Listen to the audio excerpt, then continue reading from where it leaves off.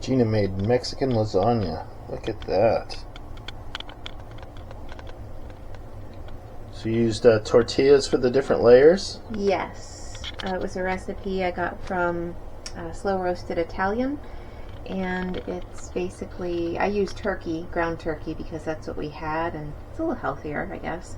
And plus we do like ground turkey. And then, so I did that with like all the requisite Mexican spices. I added in a little bit of cinnamon and oregano because those are also found in Mexican spices. And we like that.